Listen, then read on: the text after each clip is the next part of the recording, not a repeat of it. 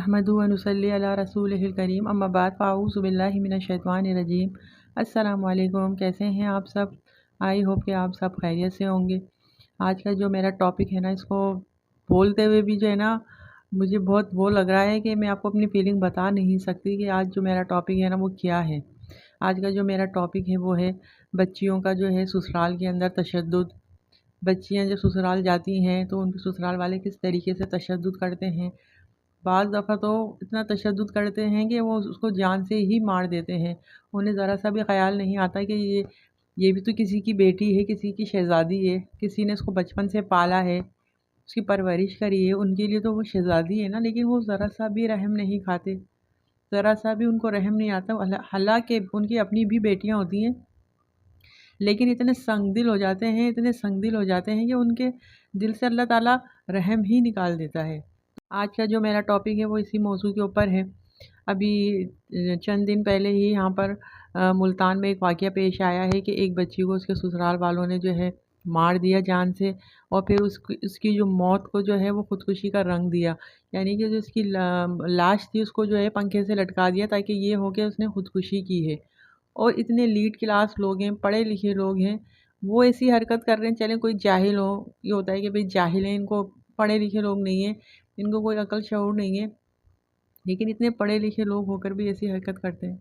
जैसे मैं वो वाक़यात पढ़े जा रही हूँ ना, मुझे तो बहुत ही ज़्यादा एक अजीब मेरी फ़ीलिंग हो रही है।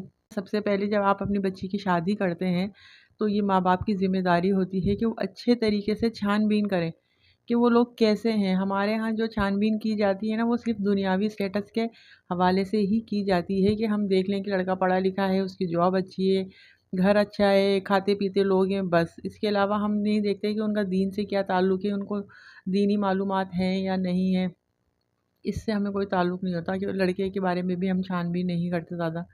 तो इसमें मैं तो यही समझती हूँ कि माँ-बाप को चाहिए कि वो शादी करने से पहले अच्छे तरीके से जो है उसकी छान-बीन करें। उसके अलावा जब शादी कर दें आप, तो फिर उसकी खैर-खैरियत भी लेते रहें, देखते रहें कि उसके साथ क्या मसले मसाइल चल रहे हैं। हमारे यहाँ क्या होता है कि शादी हो जाती है तो समझते हैं कि बस जान छूट गई लड़की की, हमने शादी कर दी, अब हमारा इससे कोई ताल्लुक़ है ही नहीं।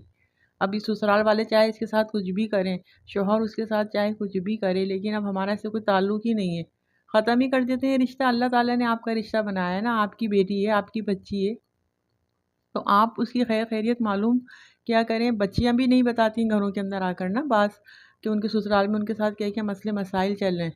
वो भी नहीं बताती कि भई घर वाले परेशान होंगे, तो वो भी बर्दाश्त करती रहती हैं कि शौहर का रवैया कैसा है, ससुराल वालों का रवैया कैसा है, या उन पे कोई कितना ज़ुल्म कर रहा है। तो ये आपका फ़र्ज़ है कि आप अपनी बच्ची का ख़याल रखें, खैर-खैरियत लेते रहें। अब वो जो बच्ची है जिसको मारा गया है, जिसकी मौत को जो है ख़ुदकुशी का रंग दिया जा रहा है, उसके एक दफ़ा पहले भी मसला हुआ था उस बच्ची के साथ। उसकी अपने शौहर से अलहदगी हो गई थी। मामला जो है वो कोर्ट तक चला गया था, लेकिन फिर अचानक उसका हस्बैंड वापस आ गया और उसने उसको मनाया और वो भी अपने बच्चे की खातिर वापस चली गई। फिर अभी उसके भाई की शादी थी, तो उसकी भाई की शादी में भी उसके ससुराल वालों ने उसको आने नहीं दिया। तो उसके माँ-बाप को चाहिए था ना जाके मालूम करते। फिर उसके बाद अभी उसके भाई का जो है इंतकाल हो गया, उस इंतकाल में भी उसको आने तो दिया, लेकिन फ़ौरन ही वापस चली गई वो। मतलब उसके साथ मसला चल रहा था, ये नहीं था कि अचानक ही हुआ है। तो इसका मतलब ये है कि जो माँ-बाप हैं, घर वाले हैं, उनको इतना तो होना चाहिए था ना कि वो जाके पूछ लें कि उनकी बच्ची के साथ क्या-क्या मसले मसाइल चल रहे हैं। ऐसा नहीं किया करें कि आपने अपनी बच्ची की शादी कर दी तो आप बिल्कुल लाताल्लुक़ होके नहीं बैठ जाया करें। आपका ये फ़र्ज़ है, बहैसियत माँ-बाप आपने परवरिश की अपनी बच्ची की, छोटी-सी बच्ची को बड़ा करके पाल-पोस के उसको जवान किया है, फिर उसकी शादी की है, तो इसका मतलब ये है कि फिर आप भूल गए? नहीं, आप जो है उसकी खैर-खैरियत मालूम करें तो इतने बड़े-बड़े मसले ना पैदा हों। बच्ची अपनी जान से ही चली गई, उनको तो बिल्कुल, उनके लिए मैं क्या बोलूँ ससुराल वालों के लिए, उनके लिए तो मेरे पास अल्फ़ाज़ ही नहीं है। उनका तो मामला अल्लाह ही के यहाँ होगा, जो कुछ होगा उनके साथ तो ना। बड़े ही बेरहम लोग होते हैं, किसी की बच्ची को यूँ ही मार देते हैं। आज से चंद साल पहले की बात है, जब मैं ये कुरानी तालीम हासिल करने जाती थी, तो जो मेरी उस्ताज़ा थी ना, तो उन्होंने बताया था ये वाक़या ना, बिल्कुल सच्चा वाक़या है कि मतलब वो गुस्ल देने के लिए उनको बुलाया गया था, तो एक बच्ची की डेथ हो गई थी। 21-22 साल की बच्ची थी वो, ज़्यादा उम्र नहीं थी उसकी। तो वो जब उसको नहलाने के लिए गईं, गुस्ल देने के लिए, तो जब वो वहाँ से वापस आईं, तो 1 हफ़्ते तक तो उनकी तबीयत ही ख़राब रही।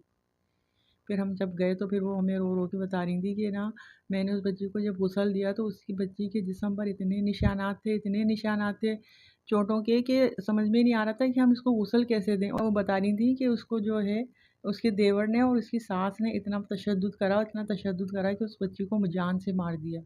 अब जो उसकी जो माँ थी ना, वो हमारी बाजी के पास आई थी कि आप उसको गुसल दे दें और ये बात आप किसी को मत बताइएगा। तो हमारी बाजी ने बोला कि भाई क्यों, आपको तो रिपोर्ट करनी चाहिए।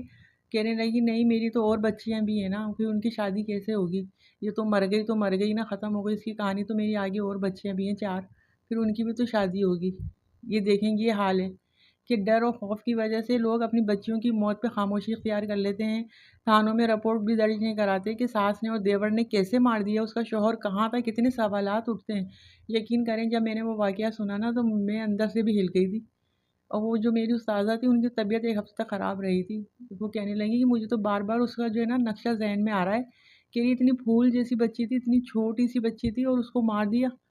मारना कि किसी की बच्ची जो होती है वो किसी की शहज़ादी होती है। आपके लिए तो समझो वो एक कोई मतलब बेजान गुड़िया है जो आप दिल चाहता है मार देते हैं। कैसे ज़ालिम लोग हैं, बच्चियों को जान से मार देते हैं, ज़रा-सा दिल नहीं काँपता।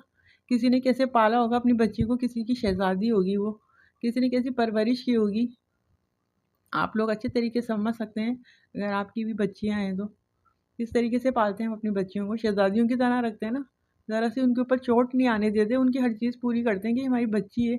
और ससुराल जाती हैं तो उनके ऊपर इतना ज़ुल्म और सितम होता है, बस मेरे पास तो अल्फ़ाज़ ही नहीं है बोलने के लिए। मैंने बोला इस टॉपिक पे बात करूँ मैं, और माँ-बाप की ये ज़िम्मेदारी है। देखिए आप लोगों की ये ज़िम्मेदारी है कि आप अपने बच्चों की जब शादी करें, तो शादी करने के बाद उनको भूल मत जाया करें, उनके पास जाया करें, उनको बताया करें कि हम तुम्हारे साथ हैं। अगर उनके साथ कोई मसले मसाइल चल रहे हैं तो उनको अपने घर ले आएँ। आप अपनी बच्चियों को अपने घर ला के रख लें।